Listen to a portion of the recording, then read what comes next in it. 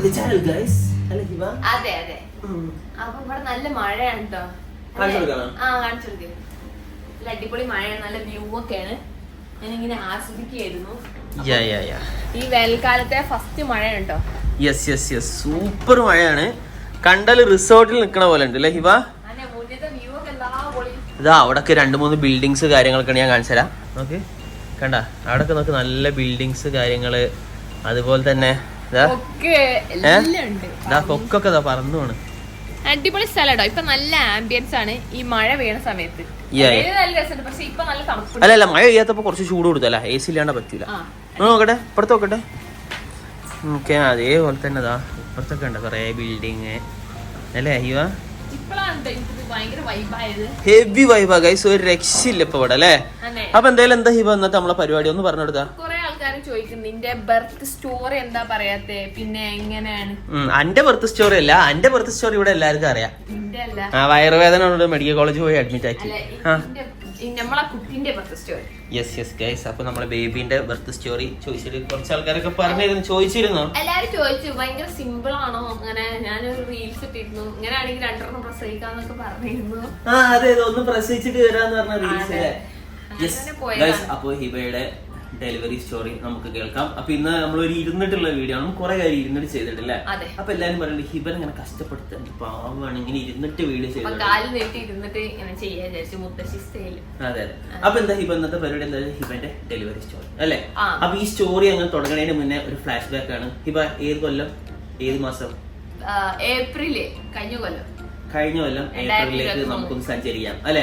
അപ്പൊ നമ്മളെ മാരേജ് കഴിഞ്ഞിട്ട് 4 വർഷമായി ഈ മാർച്ചിലേക്ക്. അപ്പൊ 3 വർഷമൊക്കെ ആയപ്പോഴാണ് സീരിയസ് ആയി കുട്ടി വേണ്ടേ. 3 അല്ല 2.5. 3 വർഷമൊക്കെ ആയപ്പോ കുട്ടി വേണ്ടേ. അപ്പോളിങ്ങനെ ചിന്തിക്കുന്നുണ്ട് എന്താ കുട്ടികൾ വരാത്തത്. ആൾക്കാരൊക്കെ പിന്നെ ചോദിക്കണ്ട, അപ്പോഴൊന്നും കാര്യമൊക്കെ അല്ലേ. പിന്നെ ലാസ്റ്റ് നമുക്കൊരു കുട്ടി വേണ്ടേ. അല്ല പിന്നെ കുറച്ചൊരു ടെൻഷൻ പോലൊക്കെ വരാൻ തുടങ്ങി ഹിബക്ക്. എനിക്ക് വലിയ പ്രശ്നമൊന്നുമില്ലായിരുന്നു, ഹിബക്ക് ചെറുതായിട്ടൊരു ടെൻഷനൊക്കെ. ബിക്കോസ് ഹിബക്ക് അത്യാവശ്യം വയസ്സൊക്കെ ആയല്ലോ.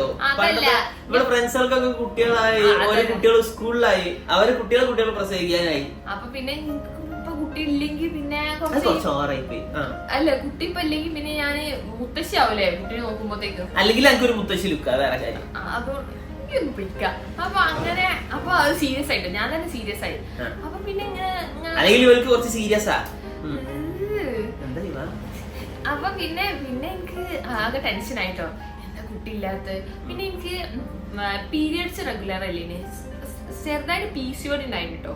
അപ്പൊ PCOD എനിക്ക് പഠിക്കുന്ന കാലത്തേ ഉണ്ടായിരുന്നു. അപ്പൊ ഇങ്ങനെ പീരിയഡ്സ് റെഗുലറേ അല്ലായിരുന്നു. അപ്പൊ മെഡിസിൻ കഴിച്ചാൽ റെഗുലർ ആവും. അപ്പൊ പിന്നെ അതുകൊണ്ടായിരിക്കും എനിക്ക് അസ്യൂം ചെയ്യാം, ബിക്കോസ് എനിക്ക് അതുണ്ടല്ലോ. അപ്പൊ പിന്നെ ഞാൻ ഫസ്കാനോട് പറഞ്ഞു എനിക്ക് ഇങ്ങനെ PCOD ഉണ്ട്. അപ്പൊ PCODയോ അതെന്താ സാധനം? അത് ആരാ ഓടിപ്പോയത് ചോദിച്ചു. അപ്പൊ ഞാൻ PCOD ഉണ്ടാണോ ഫസ്കാൻ?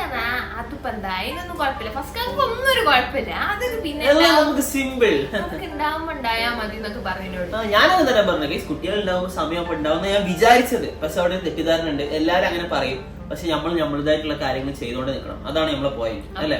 സംഭവം നമ്മൾ തമാശയൊക്കെ കളിക്കെങ്കിലും പോയിന്റ്സ് നമ്മൾ കറക്റ്റ് ആയിട്ട് സീരിയസ് ആയിട്ട് തന്നെ പറയണം അല്ലെ? ബിക്കോസ് പോയിന്റ്സ് ഇട്ടാൽ അവിടെ പോയിന്റ്സ് കിട്ടണല്ലോ അല്ലെ ഹിബ? സീരിയസ് ആയിട്ട് ഹിബക്ക് പോയിന്റ്സിനെക്കാളും ഇഷ്ടം കോയിൻസ് ഉണ്ട്, ഗോൾഡ് കോയിൻസ് ആയി. ഇതിന്റെ ഇടയിലൊന്ന് പറയാൻ വിചാരിച്ചു. ഇന്റെ കുട്ടി കേട്ടോ, എന്റെ കുട്ടീനെ എന്നാണ് ഞാൻ പോയിക്കോളാം. അപ്പൊ ഞാൻ എന്താ ഇത് ഞാൻ പറഞ്ഞു ഫസ്കാനോട് എനിക്ക് ഞാൻ PCOD അതിന് ഫസ്കാൻ എന്തുകൊണ്ട് നീ എന്നോട് മറച്ചു വെച്ചൂടെ, ഏതാ സാധനം ഇങ്ങനെ ഒരു അസുഖം കാര്യം ഉണ്ടെങ്കിൽ പറഞ്ഞൂടെ തന്നെയാണ്. അങ്ങനത്തൊക്കെ എന്തോ മറ്റുള്ളത് അവള് മറച്ചു വെച്ചു ഓൾറെഡി. പിന്നെ ഇത് കൂടി മറച്ചു വെച്ചു, 2 മറച്ചൊക്കെ പറഞ്ഞാലേ ഭയങ്കര എന്തോ ഭീകരമായിട്ടുള്ള അവസ്ഥയാണ്. എന്തും ഈ എഞ്ചിനീയറിംഗ് ചതിച്ചു എന്റെ സന്താനങ്ങൾ, എന്റെ ഉണ്ണി. ഈ ബർത്ത് സ്റ്റോറി സീരിയസ് ആയിട്ട് പറഞ്ഞ തമാശ കളിക്കല്ലോ കേട്ടോ. എന്നോട് പറയട്ടെ, ഞാൻ പണ്ടേ അങ്ങനെ ഞാൻ എന്ത് ചെയ്ത് അപ്പൊ ഫസ്കാനെ കൺവിൻസ് ചെയ്ത് ഫസ്കാനെ കൊണ്ടുപോകണല്ലോ. ഒറ്റയ്ക്ക് ഞാൻ പോയിട്ട് എന്താ ഹോസ്പിറ്റലിലേക്ക് ഫസ്കാനക്ക് കുറവ് ഗൈനക്കോളജിസ്റ്റ് ഞാൻ വരില്ല എന്നൊക്കെ പറഞ്ഞു. ഞാൻ എന്നിട്ട് പിടിച്ചു കൊണ്ടേ ഏതോ ഹോസ്പിറ്റലിൽ നിന്നൊന്നും നമുക്കൊരു നിശ്ചയമില്ല. അപ്പൊ മമ്മി ഇങ്ങനെ എന്തോ പറയണ്ടായിരുന്നു റാൻഡായിട്ട്. അപ്പൊ മമ്മി പറഞ്ഞതനുസരിച്ച് നമ്മള് മിംസിൽ പോയി. അപ്പൊ മമ്മി അവിടെ വേറൊരു ഡോക്ടറെ റെഫർ ചെയ്തിനി. പക്ഷെ ആ ഡോക്ടർക്ക് അന്ന് അപ്പോയിന്റ്മെന്റ് ഇല്ല. മിംസിലെത്തി ആ ഡോക്ടർ അന്ന് ഇല്ല. അങ്ങനെ ഞാൻ ഫസ്റ്റ് കണ്ട ഒരു ഡോക്ടറെ അടുത്ത് കയറി, അത്ര ഉള്ളൂ. അങ്ങനെ ഫസ്റ്റ് ആക്കി ഞാൻ കൂടി കയറി. ആ ഡോക്ടർ പേര് മുംതാസ് ഡോക്ടർ എന്നാണ്. മുംതാസ് ഡോക്ടർ നല്ല സീനിയർ ഡോക്ടറാണ്. അത്യാവശ്യം നല്ല പ്രായമൊക്കെ ഉള്ള സീനിയർ, അവിടുത്തെ സീനിയർ ഗൈനക്കാണ്. അപ്പൊ അങ്ങനെ കാണിച്ച് ഞാൻ പറഞ്ഞു എനിക്ക് ഇങ്ങനെ. അപ്പൊ എന്നോട് കല്യാണം കഴിഞ്ഞതാണ്. ഞാൻ പറഞ്ഞു ആ കല്യാണം കഴിഞ്ഞാണ്. അപ്പൊ ഞാൻ പറഞ്ഞിങ്ങനെ പ്രഗ്നൻസി ഓക്കെ ഓക്കെ ഓക്കെ എന്ന് പറഞ്ഞ മുമ്പത്തെ പറഞ്ഞു ഒന്നും പേടിക്കാനൊന്നും ഇല്ലാണ്ട് എന്നോട് സ്കാനിങ് ഒക്കെ എടുപ്പിച്ച് സംഭവങ്ങളൊക്കെ സെറ്റാണ്, ഒന്നും പേടിക്കാനൊന്നുമില്ല.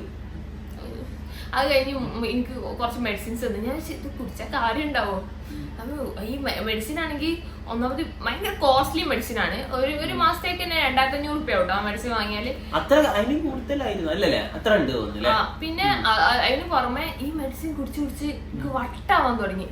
വട്ടാവാനല്ല, വട്ടുള്ളത് മൂർച്ഛിക്കാൻ തുടങ്ങി എന്ന് പറയാ. അല്ലെങ്കിൽ ആൾക്കാർ തെറ്റിയിരിക്കും, നമ്മൾ കള്ളം പറയേ. എന്നിട്ട് ആ മെഡിസിൻ ഇവന് എന്താ പറയണ, ആ മെഡിസിൻ ആണെങ്കിൽ ചോയൊക്കെയാണ്. പിന്നെ എന്നും ഇതിങ്ങനെ രാത്രിയായ കുടിക്കണം. ഫസിക്കാക്ക് കുടിച്ചോന്ന് ഫസിക്കാക്ക് എന്ത്. എന്നിട്ട് അങ്ങനെ ഒരു മാസം കഴിഞ്ഞു. പിന്നെ 2ാമത്തെ മാസം ആയപ്പോ ഞാൻ ഡോക്ടർ വിളിച്ചു, ഡോക്ടറെ കുട്ടികളുണ്ടാവൂലേ? ഈ എന്താണ് ഇവിടെ എത്ര കാലമായിട്ട് വരുന്ന ആൾക്കാരുണ്ട്, എനിക്ക് ഇങ്ങനെയൊക്കെ പറയണം. പിന്നെ 2ാമത്തെ മാസമായി. പിന്നെ അങ്ങനെ കുറെ മരുന്ന് കുടിച്ചിട്ടോ. അങ്ങനെ 3 മാസമായി. അങ്ങനെ 3ാമത്തെ മാസമായപ്പോ പിന്നെ എനിക്ക് പീരിയഡ്സ് വരുന്നില്ല. അപ്പൊ ഞാൻ എന്തത് അല്ലല്ല, അതിന് വേറൊരു കാര്യം ഇവള് എന്നോട് ചോദിച്ചിട്ടോ. പിന്നെ ഫസിക്കാലൊക്കെ ആണോ പ്രശ്നം? അതല്ലേ ലാസ്റ്റത്തെ മാസത്തെ കാണിക്കാൻ 3ാമത്തെ മാസത്തേക്ക് ഫസിക്കാക്ക് വന്നില്ല. ഞാൻ വരില്ല, ഞങ്ങൾ ഒരാൾ തല്ലുണ്ടാക്കി. ഞാൻ ഒറ്റയ്ക്ക് ബൈക്ക് എടുത്താട്ടോ പോയെ. ഈ ഒരു ഇങ്ങനത്തെ സബ്ജക്ട് ഒക്കെ വരുമ്പോ നമുക്ക് നമ്മളെ ഇടയിൽ ചെറിയ ചെറിയ പ്രശ്നങ്ങളൊക്കെ വരും അല്ലേ? അതെ, അത് വേറെ ഒന്നും കൊണ്ടല്ലേ. ഇവരുടെ ചരിത്രത്തെ ചോദ്യം ചെയ്തു. ഇവ പറഞ്ഞ് ഫസിക്കാക്കൊക്കെ എന്തെങ്കിലും പ്രശ്നം ഉണ്ടെങ്കിൽ നമ്മൾ ടെസ്റ്റ് ചെയ്ത് നോക്കണം. ഇന്റത് ഇപ്പൊ ഓൾറെഡി ഞാൻ മരുന്നൊക്കെ എടുക്കുന്നുണ്ടല്ലോ, അപ്പൊ എനിക്ക് കുറച്ചൊരു മടിയായി. അപ്പൊ ഞാൻ എന്ത് ഞാൻ പറയട്ടെ. അപ്പൊ ഞാൻ ഒറ്റക്ക് പോയി. എന്നിട്ട് ഞാൻ ഡോക്ടറെ അടുത്ത് ചോദിച്ചു, ഞാൻ കരയാനായിട്ടോ ഒറ്റക്ക് കൂടി എനിക്ക് ഞാൻ ബൈക്ക് പോയി. അന്ന് ഞാൻ എന്താക്കിന്? എന്നിട്ട് എന്നോട് അവിടെ ഞാൻ വേറെ എവിടെ പോയതാ? അല്ല, അവിടെ TV കണ്ടിരിക്കണ്ടായി. അതൊന്നല്ല അന്ന് ഞാൻ എന്തോ കിടന്നുറങ്ങി എന്തോ എന്തായി ഞാൻ തെറ്റിയപ്പോ ഞങ്ങൾ കണ്ടോളൂ അങ്ങനെ തന്നെ. എന്നിട്ട് പിന്നെ എന്റെ ഫോണ് ബൈക്ക് വിളിച്ചു. വണ്ടിന്റെ ഉള്ളിൽ ഫോണ് ഞാൻ എടുത്തില്ല. പിന്നെ ഞാൻ അങ്ങനെ എടുക്കാനാ. അപ്പൊ ഞാൻ ഫസ്റ്റ് അങ്ങനെ വിട്ടു പോയിട്ടോ. എന്നിട്ട് ഞാൻ അവിടെ പോയി കാണിച്ചപ്പോ അപ്പൊ ഞാനിങ്ങനെ കരയാനായിട്ടോ. എനിക്ക് കരഞ്ഞിട്ടൊന്നുമില്ല. എനിക്ക് ഇനി കുട്ടികളുണ്ടാവില്ല ഡോക്ടറെ കഴിക്കും. എന്നിട്ട് അറിയാം എനിക്ക് കുട്ടികളുണ്ടായില്ലെങ്കിൽ പിന്നെ വേറെ ആർക്കും ഉണ്ടാവാനാന്നൊക്കെ പറഞ്ഞു. എനിക്ക് ഒരു സൈഡില് സ്ലൈറ്റ് ആയിട്ടേ ഉള്ളൂ. അപ്പൊ എന്നോട് പറഞ്ഞ ഒരു കുഴപ്പമില്ല. ഞാൻ പറഞ്ഞു മെഡിസിനൊക്കെ എനിക്ക് മതിയായി എന്നൊക്കെ പറഞ്ഞിട്ട് ഞാൻ ഏകദേശം മടുത്ത പോലെ. പിന്നെ കുറച്ച് കഴിഞ്ഞിട്ട് എനിക്ക് പീരിയഡ്സ് ആവണില്ല. എത്ര ദിവസം പിന്നെ അല്ല, പീരിയഡ്സിന്റെ ഡേറ്റ് ആ മാസത്തില് ഞാൻ ഫുള്ള് കുടിച്ചിട്ടില്ല. എന്നോട് പറഞ്ഞു ഡോക്ടർ എന്താ വെച്ചാല് ഇൻ കേസ് നിങ്ങൾ പ്രഗ്നന്റ് ആണെങ്കിൽ ഈ മരുന്ന് ഡിസ്കണ്ടിന്യൂ ചെയ്യണമെന്ന്. അപ്പൊ എനിക്കിങ്ങനെ തോന്നി എനിക്ക് പീരിയഡ്സ് ആവാൻ നിന്നപ്പോ ഡൗട്ട് തോന്നി. അങ്ങനെ ഞാൻ എന്റെ അടുത്ത് ആണെങ്കിൽ പ്രഗ്നൻസി ടെസ്റ്റ് ചെയ്യുന്ന സാധനങ്ങളൊക്കെ ഞാൻ വാങ്ങിപ്പിച്ചു. ഇപ്രാവശ്യം പ്രായം തോന്നൂലല്ലോ. അപ്പൊ ആൾക്കാർ ഞാൻ വേറെ ദൂടായിക്ക് പരിപാടിയാണ്. അപ്പൊ ഞാൻ എന്ത് ചെയ്ത് അതിന് ടെസ്റ്റ് ചെയ്തപ്പോ ഒരു സ്ലൈറ്റ് ആയിട്ടല്ല. ഞാൻ ഫസ്റ്റ് അതൊന്നും അല്ല, അമിത പ്രതീക്ഷ വേണ്ടല്ലോ. അതൊന്നും അല്ല. ഞാൻ എന്റെ 2ാമത്തെ ദിവസം ആയപ്പോ അതിന് പിന്നെയും ചെറിയ വരണ്ട്, പക്ഷെ കാണുന്നുണ്ട്. പക്ഷെ ഫസ്കാക്ക് വിശ്വസിക്കണം. ഞാൻ പറഞ്ഞു എനിക്ക് എന്തായാലും ഡോക്ടറെ അടുത്ത് പോകണം. അങ്ങനെ ഞാൻ ഫസ്കാകിനെ വിളിച്ചു. ഫസ്കാ നല്ല വെറുതെ ഇങ്ങോട്ട് പോരുന്നൊക്കെ പറഞ്ഞിട്ട് ഫസ്കാൻ കൊണ്ടെടുത്ത് അവിടെ എത്തിയിട്ട് നമ്മൾ എന്താ ചെയ്ത് എന്നോട് പറഞ്ഞ് യൂറിനിൽ കണ്ട് എന്ന് പറഞ്ഞപ്പോ എന്നോട് പറഞ്ഞു അങ്ങനെയാണെങ്കിൽ ബ്ലഡ് ടെസ്റ്റ് ചെയ്യാം എന്നൊക്കെ പറഞ്ഞു. എന്നിട്ട് നമ്മൾ ടെസ്റ്റ് ചെയ്യാൻ വേണ്ടിട്ട് ടെസ്റ്റ് റിസൾട്ട് കിട്ടാൻ ഒരു 1 hour എടുക്കും പറഞ്ഞു. അപ്പൊ നമ്മൾ അവിടെ നിന്നിട്ട് എന്തോ കഴിക്കല്ലേനു. ഞാൻ ബോണ്ടി ചായ ഞാൻ വേറെ എന്തോ തിന്നേനു. അപ്പോഴാണ് സിസ്റ്റർ വന്ന് പറഞ്ഞ റിസൾട്ട് വന്നത്. അപ്പൊ നോക്കിയപ്പോ എന്താ പ്രഗ്നന്റ് ആണ്. ഞാൻ ശരിക്കും ഷോക്കായി. ഞാൻ എനിക്ക് എന്ത് പറയണമെന്ന് പോലും അറിയില്ല. ഞാൻ ആലോചിക്കാം അപ്പൊ ഈ പറഞ്ഞ കറക്റ്റ് ഇനിയോന്ന്. അപ്പോഴാണ് അസ്കാക്ക് മനസ്സിലായി. പിന്നെ അസ്കാക്ക് ഭയങ്കര മെല്ലെ നടക്കണ്ടോ ടോപ്പ് കെയറിങ് ഹസ്ബൻഡ്. എന്താ വേണ്ടി നമുക്ക് പോയി വാങ്ങിയാലോ എന്നൊക്കെ പറഞ്ഞിട്ട് അപ്പൊ ഡോക്ടർ പറഞ്ഞു സൂപ്പർ മാർക്കറ്റിൽ പർച്ചേസ് ചെയ്ത ഡോക്ടറോട് താങ്ക് യു പറഞ്ഞിട്ട്. ഡോക്ടർ എന്നോടല്ല താങ്ക്സ് പറയേണ്ടത്. അപ്പൊ ഡോക്ടർക്ക് സന്തോഷായി. അങ്ങനെ സീനിയർ ഡോക്ടറാട്ടോ. അങ്ങനെ നമ്മൾ ഡോക്ടർ അവിടെ ഡോക്ടറോട് ടാറ്റൊക്കെ പറഞ്ഞ് ഇറങ്ങി. ഡോക്ടർക്ക് സന്തോഷമായി, നമുക്ക് സന്തോഷമായി. എന്നിട്ട് നമ്മള് കുറച്ച് സാധനങ്ങളൊക്കെ വാങ്ങി വീട്ടിലേക്ക് പോയി. നമ്മളെ baby കരിയുന്നുണ്ട്. Story will continue after a break. ആളെ തിരികെയാണ്. അങ്ങനെ വീട്ടിലെത്തിയപ്പോ ഇപ്പനോട് പറയാൻ പറഞ്ഞിട്ടോ. ഞാൻ എന്റെ ഉപ്പനോടൊക്കെ ഞാൻ കാരണം തന്നെ പറഞ്ഞു. പിന്നെ ഇപ്പനോട് എനിക്ക് കുറവായി പറഞ്ഞോ നിന്നോട്. ഞാൻ പറഞ്ഞില്ലേ, ഞാൻ പറഞ്ഞു ഇപ്പൊ ഞാൻ പ്രഗ്നന്റ് ആണെന്ന്. ഇപ്പൊ ചിരിച്ചു മാഷാ അല്ലാതൊക്കെ പറഞ്ഞു. അപ്പൊ എല്ലാരും ഹാപ്പി ആയി. അങ്ങനെയാണ് കേട്ടോ ഇതിന്റെ PCOD സ്റ്റോറി വരുന്നത്. അപ്പൊ എന്താ, മെഡിസിൻ കഴിക്കാൻ ഒരു പറഞ്ഞത് കറക്റ്റ് ആയിട്ട് ഫോളോ ചെയ്താല് ചിക്കനൊന്നും തിന്നില്ല കേട്ടോ, ഒരു സാധനം തിന്നാൻ വിട്ടില്ല. ഭയങ്കര റെസ്ട്രിക്ഷൻ ഉണ്ടായിരുന്നു ഫുഡില്. എന്താ വെച്ചാല് പുറത്തുനിന്നുള്ള ഫുഡ് കഴിക്കരുത്, അതുപോലെ ചിക്കൻ തിന്നരുത്, മുട്ട, പാല്, ചോക്ലേറ്റ്. ഞാനാണെങ്കിൽ അവിടെ നിന്ന് പോരിഞ്ഞടി ബ്രോസ്റ്റഡ് ചിക്കൻ, ഷവായ, ചപ്പാത്തിയും കഴിക്കും, മറ്റേ കറി, സാധാരണ പച്ചക്കറി. കരച്ചില് വരും മസ്കാക്ക് തിന്നണാണെന്ന്. കരച്ചില് വരുമല്ലോ, എന്നിട്ട് ഇന്നോട് കച്ചറി ഉണ്ടാക്കും. അത് പറയാം അതാ നല്ലത്. അപ്പൊ പിന്നെ നമ്മള് ഫുഡ് കഴിക്കാൻ പോകുമ്പോ എനിക്ക് പറ്റണ ഇങ്ങനെ വെള്ളപ്പം അങ്ങനത്തെ സാധനങ്ങളൊക്കെ തിന്നാൻ പോട്ടോ. പിന്നെ ഫിഷ് തിന്നാന്ന് പറഞ്ഞു. ഫിഷ്, ഇലക്കറികളൊക്കെ ഫുഡിലെ ഉൾപ്പെടുത്തണം എന്നൊക്കെ പറഞ്ഞു. അങ്ങനെ ആ ഫുഡും പിന്നെ അതുപോലെ മെഡിസിനും കറക്റ്റ് ആയിട്ട് ഫോളോ ചെയ്തപ്പോ 3 മാസം കഴിഞ്ഞിട്ട് തന്നെ ഞാൻ പ്രഗ്നന്റ് ആയിട്ടോ.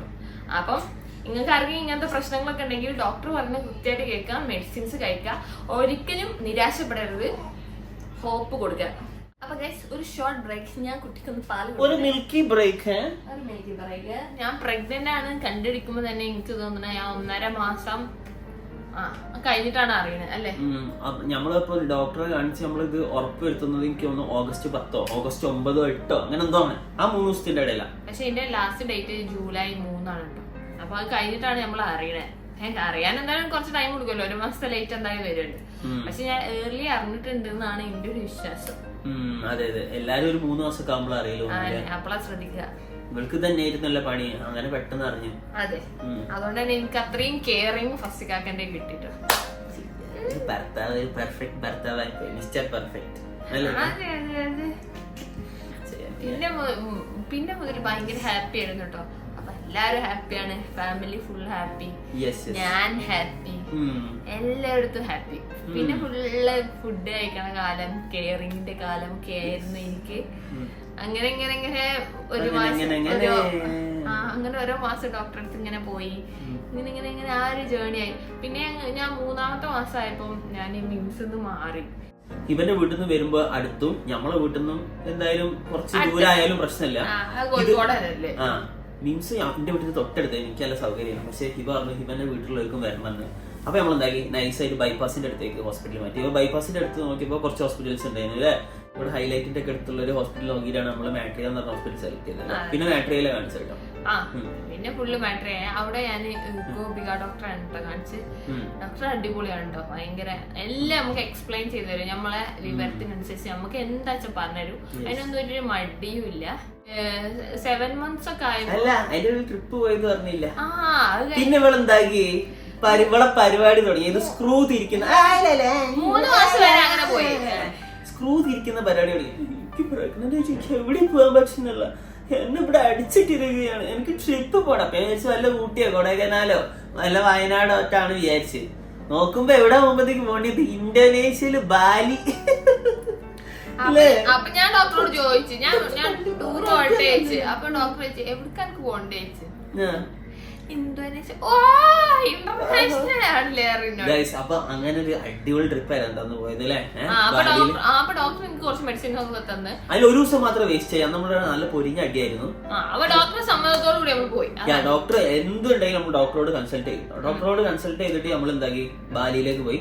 നമ്മൾ കുട്ടി ബാലി കണ്ടിക്കണ്, നുസാ പെനീഡ, ഇന്തോനേഷ്യയുടെ ചില ഭാഗങ്ങൾ, മലേഷ്യ ഇറങ്ങി അല്ലെ, ഊട്ടിയൊക്കെ പിന്നല്ലേ.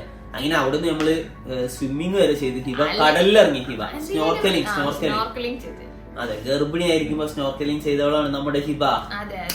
എത്രാമത്തെ മാസത്തിലാ? 3 or 4? 5ാമത്തെ മാസത്തിലാണ് അങ്ങനെ പോയത് അല്ലെ ഹിബ. എനിക്ക് ഭയങ്കര പേടി.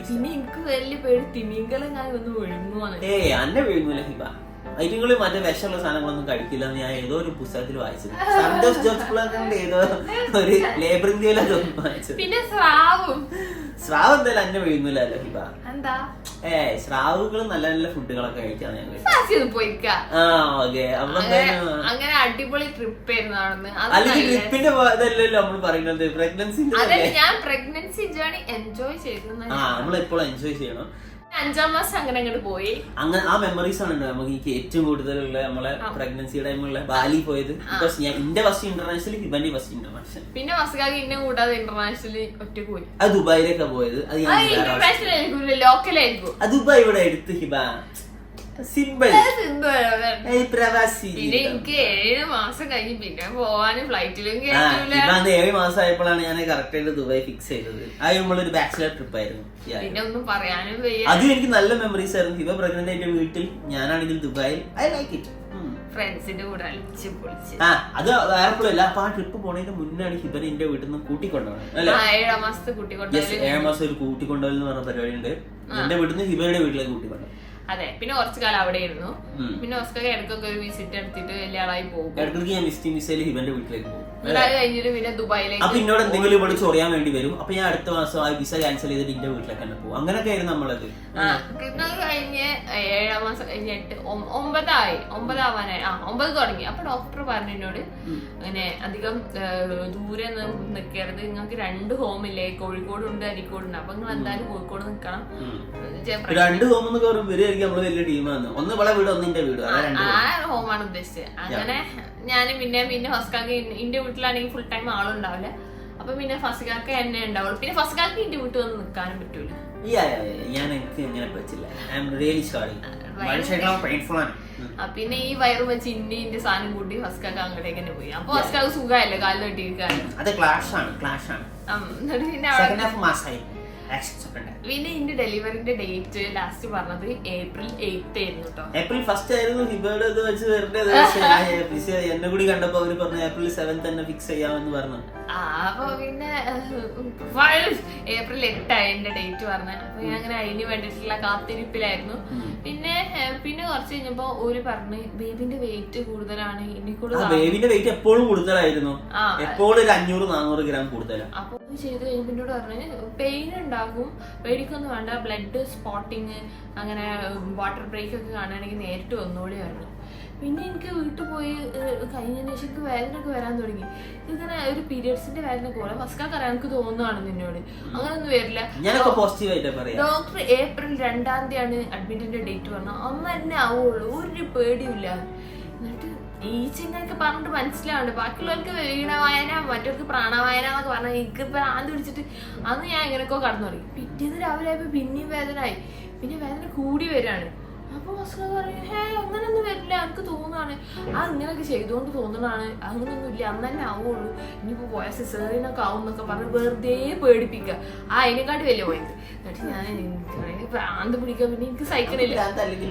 പിന്നെ എനിക്ക് ഇത് സ്പോട്ടിങ് വരാൻ തുടങ്ങി, ബ്ലഡ് വന്ന് പിന്നെ ഇങ്ങനെ കളർ ഇങ്ങനെ മാറി മാറി മാറി വരാൻ തുടങ്ങി. മമ്മിയും പറഞ്ഞ് ഇനി ഇങ്ങനെ കൂടുകയാണെങ്കിൽ നമുക്ക് ഡോക്ടറെ അടുത്ത് പോകാൻ പേടിക്കണ്ടെന്ന്. അങ്ങനെ അന്ന് രാത്രി ഞാൻ എങ്ങനെയൊക്കെ നിന്ന് ഫസ്കാക്ക് എന്റെ കൂടെ ഉണ്ടായിരുന്നു. ഫസ്കാക്ക് ഉറങ്ങിയില്ല, ഞാനും ഉറങ്ങിയിട്ടില്ല. അന്ന് രാവിലെ തന്നെ ഉറങ്ങാത്ത ഞാനെങ്ങനെ അവിടെ കിടന്ന് ഒച്ചവിളി ഉണ്ടാക്കുന്നുണ്ട്. ഞാൻ എണീച്ചിട്ട് കൈ കാലും തടവി കൊടുക്കണം. 2 ദിവസത്തിൽ ഒരു 24 മണിക്കൂർ ഉറങ്ങിയിട്ടില്ല. അല്ല, എന്നിട്ട് ഫസ്കാക്കിന് കോമഡി ഉണ്ട്. അന്ന് ലാസ്റ്റ് പോയ ഡോക്ടറെ കാണിക്കാൻ പോയപ്പോ ഡോക്ടർ ഇനി ട്രാവൽ ചെയ്യാൻ പറ്റുമോ? ഡോക്ടർ ഞാൻ എങ്ങോട്ടാ പോണ്ടേ? അങ്ങനെയാണെങ്കിൽ ഒരു ഗൈനക്കോളജിസ്റ്റ് കൂട്ടിട്ട് പാലക്കാട് പോട്ടെ. ഡോക്ടർ എന്നാ അവിടെ ഒരു ഡോക്ടറെ കണ്ടുവെച്ചോളൂ, അല്ലാതെ ഞാൻ എന്താ പറയാന്ന്. അത്രയും വലിയ എന്താണ്. അന്ന് തന്നെ നമ്മള് ഹോസ്പിറ്റലിലേക്ക് പോയി. അപ്പൊ നമ്മള് ഹോസ്പിറ്റലിലേക്ക് പോണത് 28-ാം തീയതി കേട്ടോ. 28-ാം തീയതി നമ്മള് നേരെ ഹോസ്പിറ്റലിലേക്ക് പോയി. എന്നിട്ട് പിന്നെ രാവിലെ ഒരു ഉച്ച ആകുമ്പോ അഡ്മിറ്റ് ആക്കി. രാവിലെ തന്നെ പോയിക്കില്ല, അപ്പം തന്നെ അഡ്മിറ്റ് ആക്കി. അവിടെ എന്നെ കുറെ ടെസ്റ്റുകൾ ചെയ്യാന്, PV ചെയ്യാന്, എനിക്ക് എങ്ങനെ എന്തൊക്കെ നോക്കാൻ. പിന്നെ ഉച്ചക്ക് എന്നെ അവിടെ റൂം എടുത്ത് അഡ്മിറ്റ് ആക്കി. എന്റെ അമ്മയും എല്ലാരും അങ്ങോട്ടേക്ക് വന്ന്. അപ്പൊ ഏകദേശം എല്ലാവർക്കും തോന്നി ഡേറ്റ് ആയിട്ടുണ്ട്. അപ്പൊ ഡോക്ടർ വന്ന് പറഞ്ഞു ഇന്ന് എന്തായാലും ഇനിയിപ്പോ ഡെലിവറി ഉണ്ടാവും എന്നൊക്കെ പറഞ്ഞു. എനിക്ക് വേടെ ആയിട്ട് വയ്യ. ഇനി ഞാനങ്ങോട്ട് പറയാം. അങ്ങനെ ഹിബ നമ്മളെ ഹോസ്പിറ്റലിലേക്ക് കയറുകയാണ്. ഏതാണ് അതിന്റെ പേരെന്തായിരുന്നു? ഓപ്പറേഷൻ തിയേറ്റർ, ലേബർ റൂമിലേക്ക് കയറാണ് ഗൈസ്. ഗൈസ് അങ്ങനെ കൂടെ മറ്റൊരാളും കൂടി കയറി ഹിബക്ക് കോൺഫിഡൻസ് കൊടുക്കാനും അതുപോലെ തന്നെ ഹിബന്റെ എല്ലാ കാര്യങ്ങളും നോക്കാനും വേണ്ടിയിട്ട് ഞാൻ തന്നെയാണ് കയറുന്നത്. അങ്ങനെ ഞാൻ ഹിബയുടെ കൂടെ ലേബർ റൂമിലേക്ക് കയറി. ഞാൻ കയറി. ഞാൻ ഗൈസ് ഹിബനെ ആശ്വസിപ്പിച്ച്. ഹിബ ആണെങ്കിലോ ഇവിടെ ഇങ്ങനെ ആക്കുമ്പോത്തിന് കയ്യെടുക്ക് അത് നേഴ്സുമാരെ മുന്നിൽ പിന്നെ തെറിക്ക വിടലാമാ. ഇപ്പഴെല്ലാം തെറിക്ക വിടലാമാ. ആക്കിയാ മതി. നമുക്ക് ഓൾറെഡി എനിക്ക് വാട്ടർ ബ്രേക്കും കൂടി ചെയ്തിട്ടുണ്ട്. അതിന്റെ ഇടയ്ക്ക് ഫസ്റ്റ് നിൽക്കുമ്പോ എങ്ങനെ ഉണ്ടാവും എനിക്ക് മസാജല്ലേ ഒരു ബലത്തില്. എന്റെ അമ്മ ഒന്ന് ചെയ്തിന് മെല്ലെ ചെയ്യുള്ളൂ. ഇതൊന്നും ഞെക്കത് സ്ട്രോങ് വേണ്ടാന്ന്. അപ്പൊ അങ്ങനത്തെ സീനിൽ ഞാൻ കുറെ ഹിബക്ക് മൈൻഡ് സപ്പോർട്ടും കൊടുത്ത് പിന്നെ എന്റേതായിട്ടുള്ള എല്ലാ കഴിവുകളും ഞാൻ അവിടെ പുറത്ത് ഇടിപ്പിച്ചു. ഹിബയുടെ മൈൻഡൊക്കെ മാറ്റി കുറച്ച് മിൽക്കി ബാർ മേടിച്ച ഏതെങ്കിലും ചോക്ലേറ്റും ഡയറി മിൽക്ക് കൊടുത്തു. അങ്ങനെ പലതും ഹിബക്ക് വേണ്ടി ചെയ്തു. വെള്ളം കൊണ്ടുപോയി കൊടുക്കാം അല്ലെ ഹിബ. ഇടയ്ക്കിടയ്ക്ക് ഫോണില് ഫോട്ടോ എടുക്കുക, വീഡിയോസ് ഒക്കെ എടുത്തിട്ട് ഹിബനൊന്ന് എൻജോയ് ചെയ്യിപ്പിച്ചു അല്ലെ. ഹിബക്ക് ഏറ്റവും ഇഷ്ടമുള്ള സാധനം സെൽഫി വീഡിയോസ് എടുക്കാനാണല്ലോ. നിങ്ങൾക്ക് അറിയാവുന്നതല്ലേ.